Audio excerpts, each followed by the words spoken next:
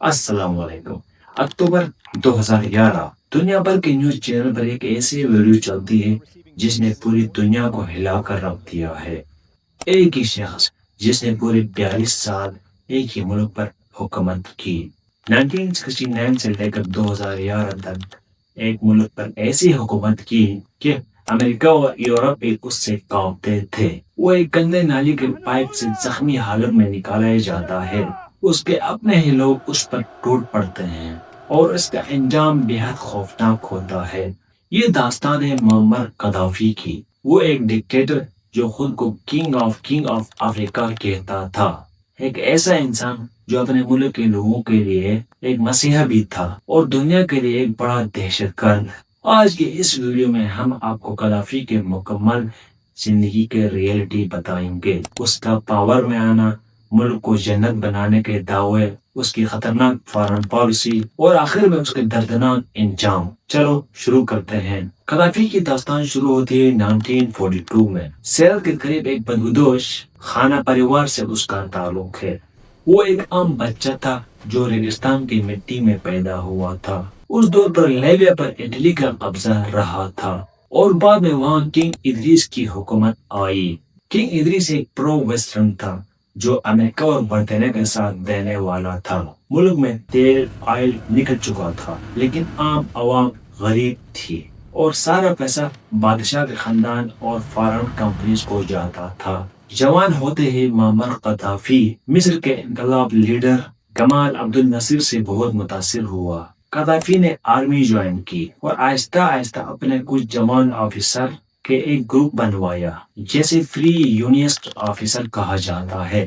پھر 1 ستمبر 1969 جب کنگ ادریس علاج کے لیے ملک سے باہر چلے گئے تھے، تب محض 27 سال کا نوجوان معمر قذافی نے بنا ایک خون قطرے بہائے ایک ایسی ملٹری کو بغاوت کی جس نے پوری دنیا کو حیران کر دیا۔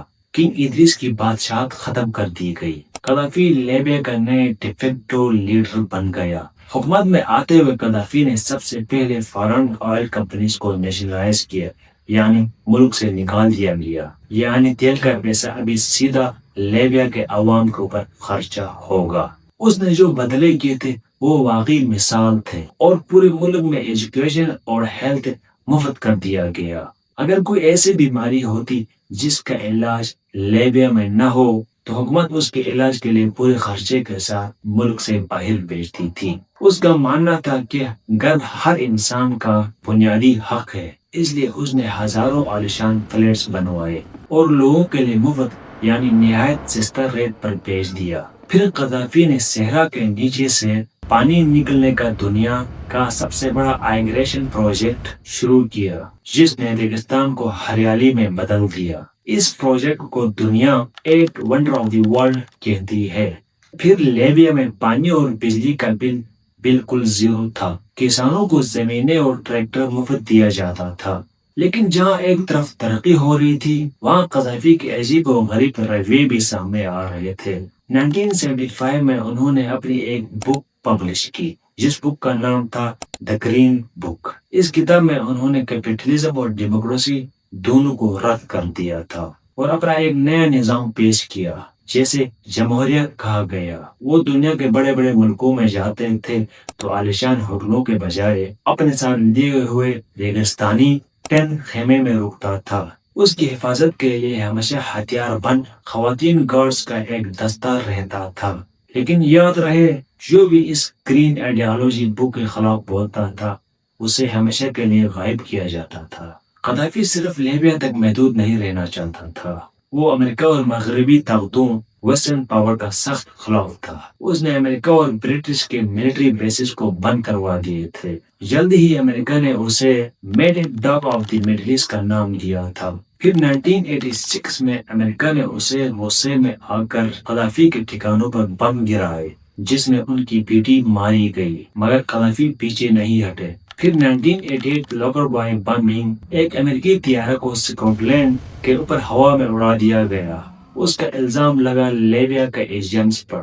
اسی سلسلے میں عبدالباسط المغرب نام کا لیبیا کا سٹیزن کو جیل ہوئی، جب سالوں بعد 2009 میں اسے رہا کر دیا گیا۔ پھر قذافی نے اس کا ایک ہیرو کی طرح استعمال کیا گیا، جس سے مغربی دنیا آگ بگولا ہو گئی۔ یونائٹڈ نیشن نے لیبیا پر سخت پابندیاں سینسیشن لگا دیے گئے اور لیبیا دنیا سے بالکل کٹ گیا۔ پھر 2003 میں صدام حسین کا زوال دیکھ کر قذافی نے اچانک اپنی پالیسی بدلی۔ انہوں نے دنیا کو حیران کرتے ہوئے اپنے سارے ویپنز آف ماس ڈسٹرکشن یعنی نیوکلیر اور کیمیکل ویپنز کا پروگرام ہمیشہ کے لیے سرنڈر کر دیا۔ انہوں نے لوگوں بھائی کا متاثرین کو اربوں ڈالر ہرجانے بھی بھیج دیے تاکہ پابندیاں ہٹ سکے۔ ویسٹرن پاور نے پھر اسے اپنا دوست بنا لیا، مگر دوستی یہ صرف دکھاوے کے لیے تھی۔ قذافی نے امریکن یونین کو مضبوط کیا اور ان کا سب سے بڑا پلان تھا گولڈ دینار۔ وہ چاہتے تھے امریکہ اپنا تیل ڈالر کے بجائے سونے میں بھیجے۔